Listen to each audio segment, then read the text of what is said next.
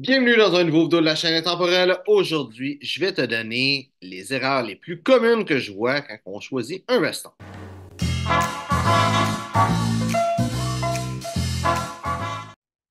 Donc, souvent, je vais voir des personnes faire certaines erreurs. Je vais les mettre à peu près dans l'ordre qui me semble être les plus communes. La plus commune en premier, jusqu'à la moins. Et la plus commune, si tu écoutes ma chaîne, tu vas probablement connaître un petit peu plus que la moyenne des gens sur les vêtements. Donc, la première, tu vas tout de suite être d'accord avec moi, ou au moins si tu y penses un petit peu, tu vas voir que c'est vrai, c'est les altérations. Souvent, le monde va acheter un veston. Puis, tu sais, là, je parle de veston, mais ça peut être un habit aussi, là.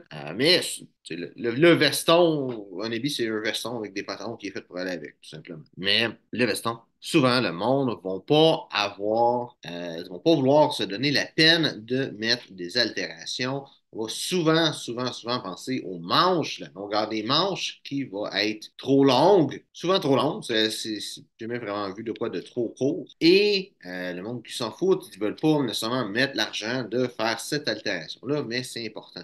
C'est pas juste les manches, il y a d'autres choses. Ça peut être le veston qui est trop lousse, pas que la mode, c'est même si on est rendu à la mode des vêtements lousses, il y a plein de monde qui veulent encore des vêtements serrés. Fait que ça va être l'inverse. Le veston est trop serré. Peut-être la petite bosse qu'il peut des fois avoir en arrière du dos. Ça peut être plusieurs choses, mais trop souvent, tu vas voir ça souvent dans les places, tu vas voir du monde qui vont être habillés avec un habit. Tu sais, les politiciens, je pense que ça va être le meilleur exemple. Tu vas voir leurs manches sont trop longues. Ça va être souvent des manches que tu vas voir qui vont être trop longues parce que c'est plus visible. Quand tu vois une photo, la photo c'est de face, la personne va être droite.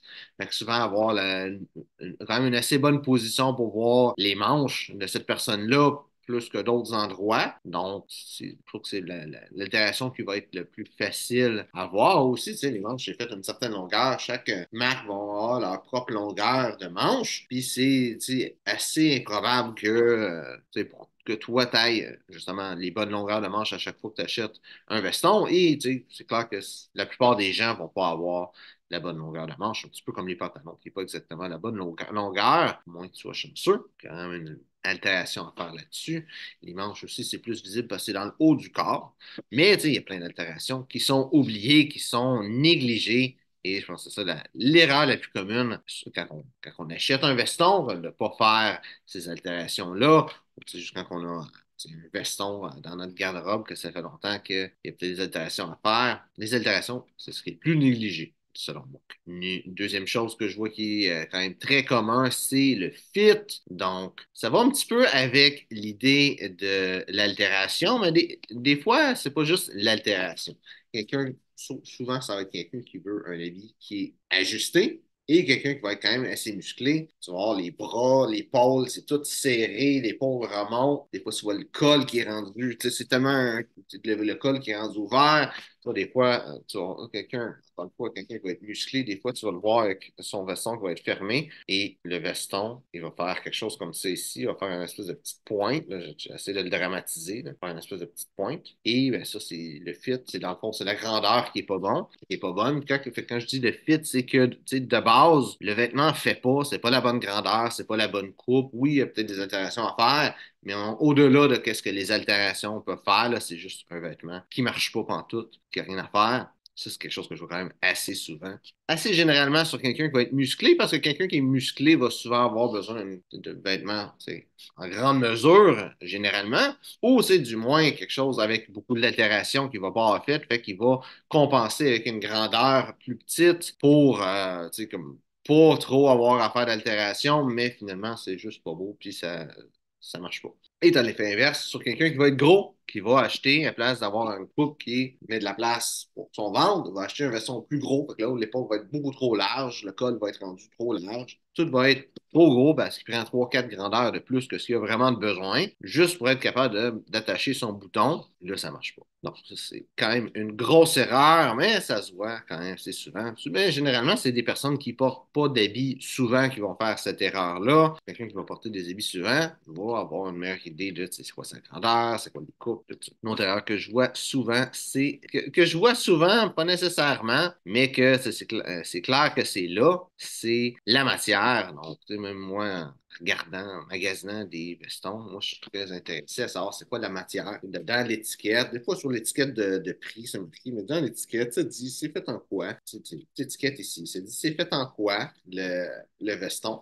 Et c'est quelque chose d'important. Tu veux un bon matériel. Le prochain point va revenir à ça un petit peu, là, mais tu veux un bon matériel. Et la raison, c'est que le matériel, si c'est une bonne qualité, il va durer plus longtemps. C'est oui, il faut que tu payes un petit peu plus et c'est comme ça. Mais tu sais, si tu payes un peu plus pour quelque chose de meilleure qualité, ça va durer plus longtemps. Le matériel va dire si ça respire ou si c'est quelque chose en laine, ça va respirer beaucoup plus que quelque chose en polyester. Polyester, ça va être un genre de petit sauna ambulant que tu vas avoir. Donc, tu veux généralement avoir des matières naturelles. La seule matière synthétique qui peut être tolérable, c'est du viscose. Et le viscose, souvent, ça va être le matériel de la doublure. Sinon, c'est vraiment ça. La qualité de ton vêtement, aussi comment il va vieillir, ça va être beaucoup plus beau si c'est un matériel naturel, comment que il va respirer, comment tu vas être confortable. Et comme je dis, le prochain point est très similaire, c'est le point de la qualité. Donc, tu veux un habit ou un veston qui est de qualité. Le plus que tu es capable de te le permettre, évidemment, c'est pas tout le monde qui peut s'acheter un veston à 10 000 qui va être la plus grosse qualité au monde, mais quand même beaucoup plus bas que ça, une qualité très raisonnable à quelques centaines de dollars. Tu peux avoir un habit ou un veston d'une belle qualité, voire même moins cher que ça, quelques dizaines de dollars si tu vas dans une friperie ou sur des sites comme Poshmark, Vinted, tout ça. Quelque chose que je vois beaucoup, c'est du monde pas vouloir payer pour un veston ou un habit en se disant, ah, mais là, je vais travailler avec ça, puis, ou, tu sais, je vais le porter juste dans des événements spéciaux. Quelqu'un qui va pas porter souvent d'habits, je peux comprendre qu'ils veulent pas nécessairement pour payer beaucoup parce que il y a vraiment le coût par fois que tu vas le porter. C'est sûr que si tu portes un habit une fois, ben, la fois que tu le portes te coûte le prix que tu l'as porté. Mais si tu le portes 100 fois cet habit-là, mais le coût que tu as payé pour va être divisé en 100 par fois que tu l'as porté. Mais quelqu'un qui travaille avec un veston, qui travaille avec un habit, devrait acheter la meilleure qualité. T'sais, si une journée, t'as chaud, t'es pas bien, t'es pas confortable parce que tu as un habit de mauvaise qualité, c'est une chose. Si à tous les jours de la semaine, t'es pas confortable dans ton habit, une chose que j'entends beaucoup de monde, c'est que de dire c'est une cravate n'est pas confortable. Une cravate, c'est confortable. Une cravate, quand c'est pas confortable, ça n'a aucun rapport avec la cravate, c'est le col, la chemise. La même chose avec un habit, c'est un veston, t'es pas confortable, tu trouves que c'est chaud, c'est pas.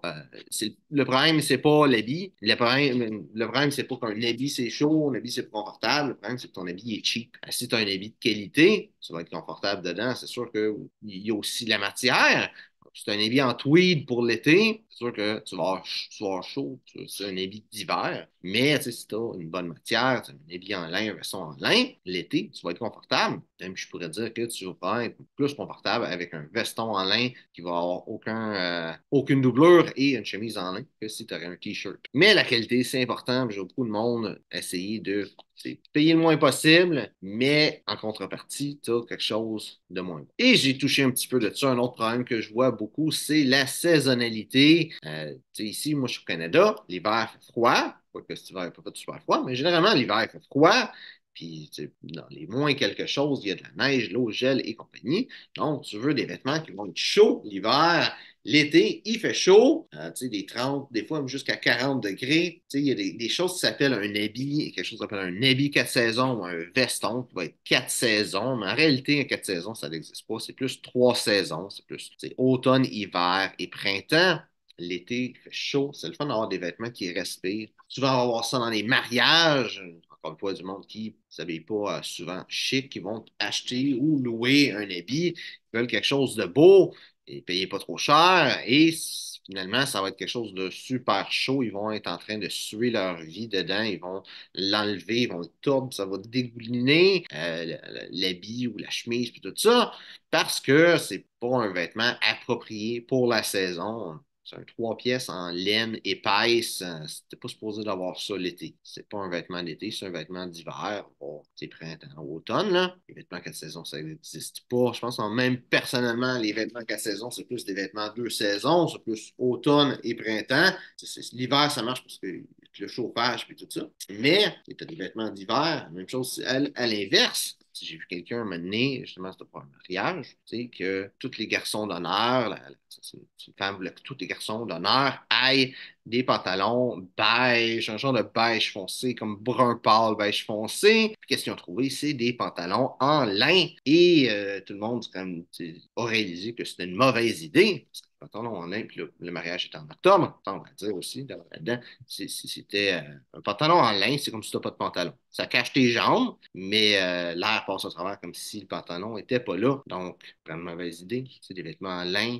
Les vêtements en lin, c'est un petit peu moins populaire que les vêtements en laine, mais quand même, si tu as des choses en lin, ça marche pas. Des fois, je vais voir des personnes acheter un veston d'été et ou avoir un veston d'été et le porter en hiver. La saisonnalité, ça marche pas. Il y a un petit peu le style aussi qui est là. C'est pas une erreur que je vois si souvent que ça, parce qu'en général, le monde va acheter un vêtement à 4 saisons. Et oui, c'est un vêtement à 4 saisons, même si c'est chaud, c'est 4 saisons.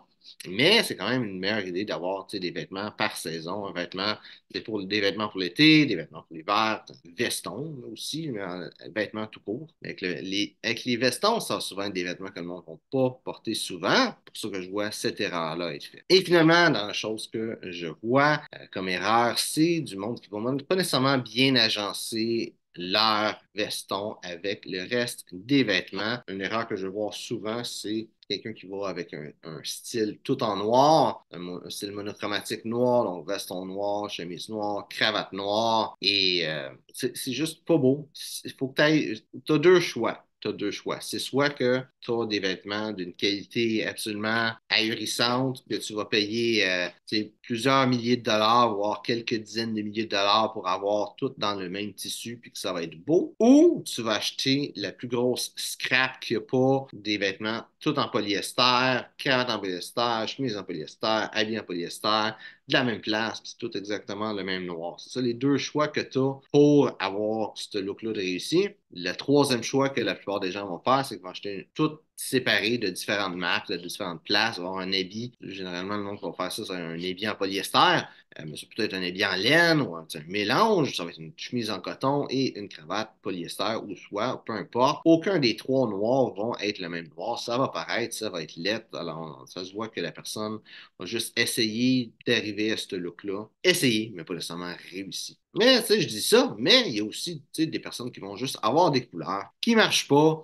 Personnellement, moi, le mauve et le bleu, je trouve pas que c'est un beau mélange. Je sais qu'il y a beaucoup de monde qui vont faire ce mélange-là, avoir généralement un habit bleu et une chemise mauve. Je crois que ça peut être l'inverse aussi, mais un habit mauve, c'est un peu plus dur à trouver qu'un habit bleu. D'autres couleurs qui vont pas, le bleu et le noir, souvent genre quelqu'un avec un habit noir avec une chemise bleue, ça peut passer, si c'est un bleu pâle. Mais, tu sais, des fois, ça va être chemise noire, cravate noire avec un habit bleu. Donc, c'est un problème qui est un petit peu plus dur à décrire que dans la vidéo d'aujourd'hui. Je t'invite à regarder c'est comment agencer les couleurs, sur ne pas faire cette erreur-là. Mais c'est une erreur que je vois souvent. Donc, j'espère que tu as aimé les vidéos. Si c'est le cas, like, partage. Si tu as des questions sur le style classique masculin, mets ça dans les commentaires. Ça me fait plaisir de te répondre. Merci d'avoir regardé la vidéo et on se voit une prochaine fois.